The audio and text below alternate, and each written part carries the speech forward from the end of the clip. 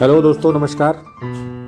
मैं the Banarasi tracker के माध्यम से आपको बनारस के एक सुदूर गंगा किनारे गंगा जी की दो धाराओं के बीच बसे रेता यानी ढाब क्षेत्र के बारे में एक सबसे रमणीक स्थान पंचवटी कुटी के बारे में आपको बताने जा रहा हूँ। आइए पहले महाराज जी की कुटिया का अवलोकन कर लेते हैं। सामने महाराज जी की ये छोटी सी गौशाला है। उसके बाद ऊपर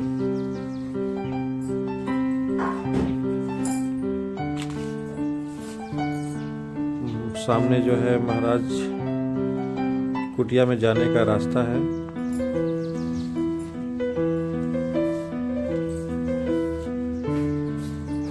महाराज जी की कुटिया में अभी भी बहुत सारे संसाधनों की कमी है, लेकिन महाराज जी यहाँ पर बैठ के तप करते हैं। और ये कुटिया में सीढ़ीनुमा रास्ते से आप अंदर जा सकते हैं। सामने जो है यही पंचवटी है, जिसमें देखिए यही पंचवटी है। ये बहुत पुराना पेड़ महाराज जी के द्वारा लगाया गया है और वर्तमान महाराज जी से सुनते हैं।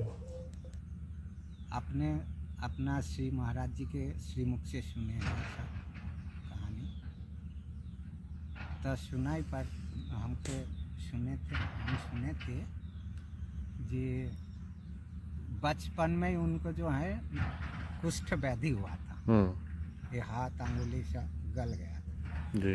तो घर वाला उनको जो है निकाल दिए, मतलब घृणा करता रहा जे तू किसी काम के नहीं है, तू और दूसरे के। उस समय बहुत डरता रहा इस रोग के, जे और किसी को हो जाएगा छूने से, तू घर से निकाल जा गंगा जी के गोद में ही जा तू, वही गंगा जी से प्रार्थना कर, ठीक हो जाएगा। हाँ, कृपा होगा तो ठीक हो जाएगा, तो आना नहीं तो मर जाना था वही जी।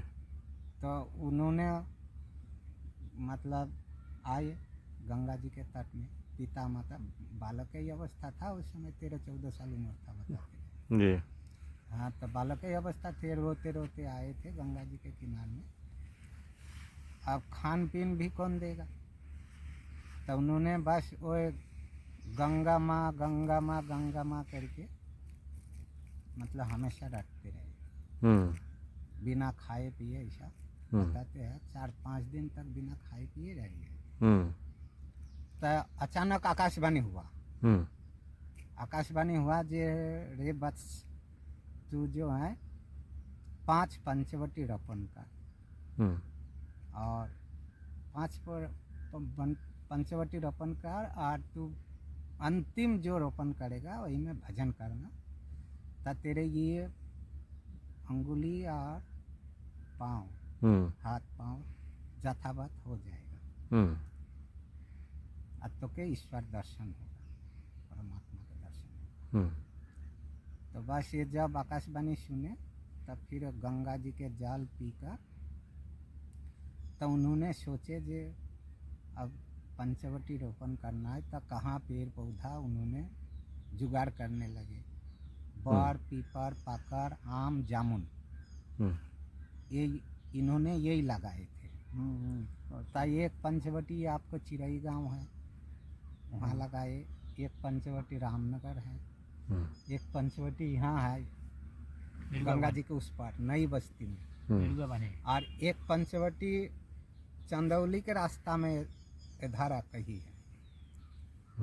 तो और ये अंतिम वाला इन्होंने यहीं आए थे। तो ये जंगल था, गंगा जी के छोर था। एक बार पुनः आपका स्वागत है। आप इस पंचवटी कुटी में बनारस से चंद्रा चौराहा होते हुए गौरा से घूम करके चांदपुर रास्ते से मुस्तफ़ाबाद पहुंच सकते हैं। मुस्तफ़ाबाद से ढाब ब्रिज होते हुए नीचे जस्ट उतर करके मुस्तफ़ाबाद रेता प्राइमरी स्कूल के सामने 100 मीटर आगे जाएंगे तो पंचवटी कुटी आपको मिल जाएगी। और महाराज जी यहाँ पर तप करते हुए आपको दिखाई देंगे। महाराज जी की अपेक्षा है लोगों से कि उनके इस कुटिया को चार दीवारी से आच्छादित कर दिया जाए और एक और बेहतरीन रमणीक क्षेत्र के रूप में विकसित किया जाए, ताकि लोग आध्यात्मिक चिंतन हेतु इस कुटिया पर पधारें और अपने जीवन को सुखमय बनाएं। महाराज जी की कुटिया का जीर्णोद्धार का बीड़ा गांव के ही युवा अवनीश कुमार रघुवंशी जी उठाए हैं, और मैं समस्त ग्रामवासियों से अपील करता हूं कि महाराज जी की कुटिया का जीर्णोद्धार करने में अपना अमूल्य सहयोग प्रदान करें।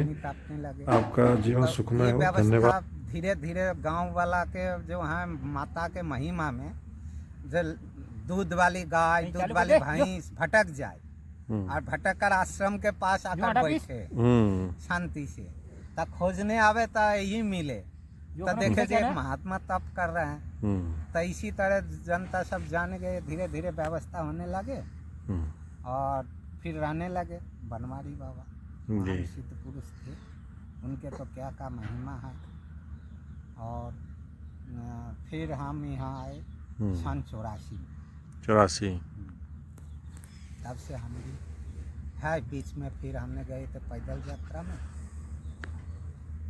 पूरा भारत के भ्रमण कर लिए हैं। कैलाश मानसरोवर भी गए थे पैदल। गए हैं? किस रूट से गए थे? हम सब गए थे पिथौरागढ़ होकर, हाँ, छियालेक, हाँ, है लिपू लेक, छियालेक, हाँ, चोटी, और छियालेक पार करके और नेपाल के रास्ता में से गए थे और तकलाकोट शहर पहुँचे। तकलाकोट से तकलाकोट गए थे, फिर वहाँ से स्नान किए हैं उस मानसरोवर में? मानसरोवर स्नान किए, परिक्रमा किए। कैलाश मानसरोवर दिखता कैसा था? ऐसा ही कैलाश के परिक्रमा किए। देखते ऐसा पहाड़ पर्वत जैसे लगता है, शिवलिंग के आकार के है, बड़ा विशाल। हाँ, और उसके ऊपर में कोई मतलब चढ़ नहीं, चढ़ाई किया नहीं कोई। हाँ, चढ़े जो भी चढ़ेगा ना उसका बताते हैं कि हार्ट बीट बढ़ जाता है या घट जाता है। हाँ, वो घबराने लगता है, जिसको उसमें कहते हैं कि जिसका शरीर एकदम पुण्य रहेगा, बहुत पुण्य, पाप थोड़ा सा भी अंश न हो, वही शायद चढ़ पाए, वो भी कोई चढ़ा नहीं। और प्रकृति को पहाड़ बना है, एक शिवलिंग जो है वो कैलाश है, और उसका सामने नंदी के आकार, बिल्कुल नंदी की आकृति है प्रकृति, वो बना हुआ है। उनके मतलब कैलाश के ओर मुंह करके बैठे हैं।